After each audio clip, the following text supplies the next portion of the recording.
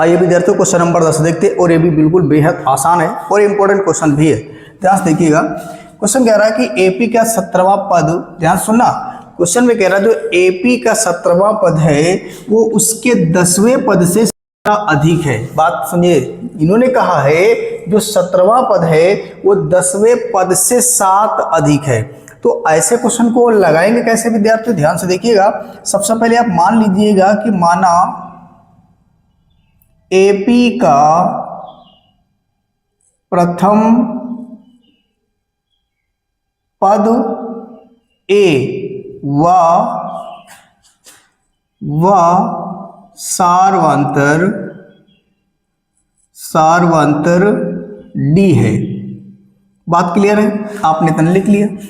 अब इसके बाद इन्होंने क्या बोला है, जो एपी का 17वां पद है। अच्छा, एपी का जो 17वां पद है किससे लिखेंगे, तो जब आप ए 17 से, तो मैं यहां लिखने वाला हूं विद्यार्थियों ए 17 बराबर 10वें पद से 7 अधिक है। तो पहले 10वां पद पता करते, 10वां पद A10 से 7 अधिक है तो क्या करेंगे आप 7 जोड़ देंगे। अगर यही कहता 5 अधिक तो 5 ऐड कर देते हैं।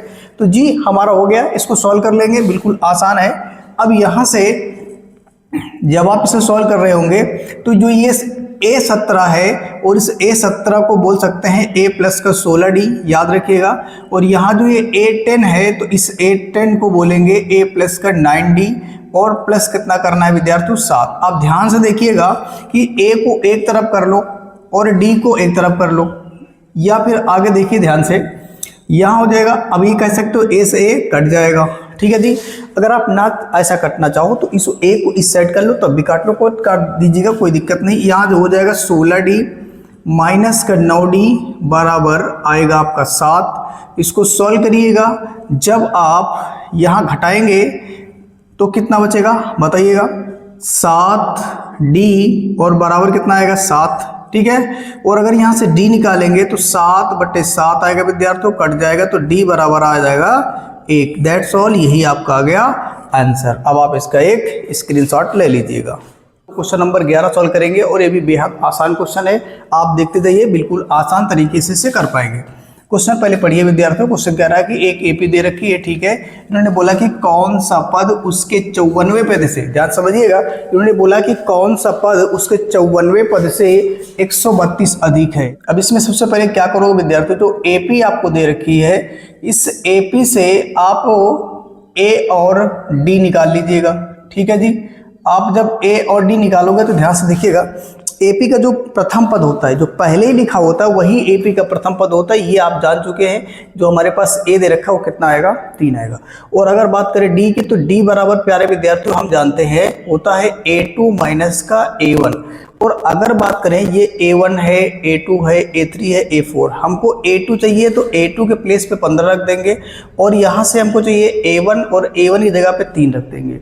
अगर मैंने इसको घटाया तो यहाँ पे घटाया तो कितना आ गया, आप बोलोगे यहाँ से आ जाएगा 12, यानी 15 में से 3 घटाएंगे तो कितना बचेगा 12, यानी आपने डी की वैल्यू कितनी निकाल ली 12। अब देखो क्वेश्चन क्या कर रहा है, ध्यान समझिएगा, यही पर बच्चे गलती करते हैं और कंफ्यूज हो जाते हैं। देखो इन्होंने बोला कि कौन सा पद, ठीक है, कौन सा पद 54वें पद से 132 अधिक है। तो ठीक है, हम क्या करेंगे, इसमें मान लेंगे प्यारे विद्यार्थियों, यहाँ लिखेंगे माना कि जो nवां पद है, ठीक है, nवां पद जो है 54वें पद से, 54वें पद का मतलब A54 प्लस 132 अधिक है, तो मैंने 132 अधिक कर दिया। बात क्लियर है, बात क्लियर है जी, होना चाहिए। इन्होंने बोला था कि कौन सा पद, तो हम लोगों ने मान लिया nवां पद, an मतलब nवां पद उसके 54वें पद से, ठीक है। 54वें पद किससे लिखेंगे, A54 से 132 अधिक है, तो मैंने क्या कर दिया 132 जोड़ दिया। अगर बोलता आप 10 अधिक तो 10 जोड़ देते, कोई दिक्कत नहीं। अब यहाँ से एक सूत्र लगाएंगे प्यारे विद्यार्थियों, मैं इस जगह पे सूत्र लगाऊंगा A plus n-1 into D बराबर हो जाएगा, इस 54वें पद की जगह पे लिखेंगे A प्लस का 53D प्लस 132। यहाँ पे सूत्र जो लिखा है वो आप इस जगह पे लिख दीजिएगा, nवां पद बराबर A प्लस का n-1 इंटू डी होता है, इसे आप याद रखिएगा, ठीक है। अब यहाँ से देखिएगा प्यारे विद्यार्थी, इस A से इस A को काट देंगे, ठीक है, कोई दिक्कत नहीं। इधर अगर देखा जाए तो हम जानते हैं विद्यार्थियों, हम जानते हैं कि यहाँ से जो ये n तो निकालना ही है, ठीक है, इसको छोड़ दो।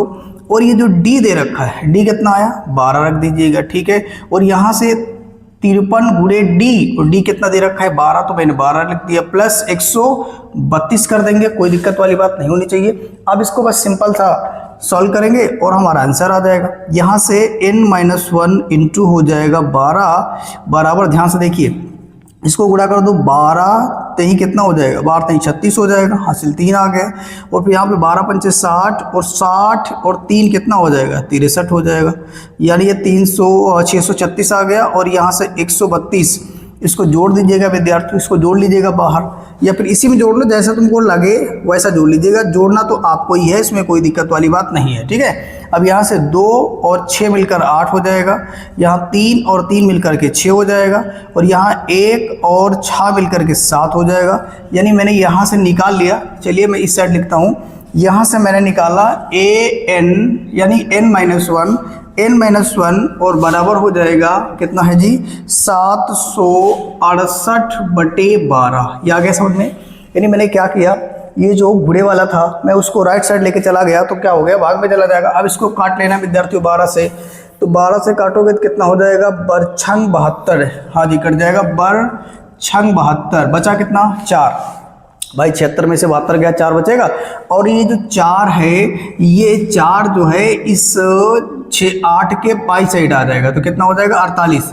अब 12 का पारा पढ़ना है, 48 से ज़्यादा नहीं जाना चाहिए, तो कितनी जाएगा, कितनी बार जाएगा, बरसों को 48, यानी n-1 और बराबर आएगा 64। यहाँ से n निकालेंगे तो 64 प्लस 1 आएगा, और n बराबर कितना आ जाएगा 65 आ जाएगा। बात क्लियर है जी। यानी यहाँ से जोड़ दिया ना तो 65 आ गया।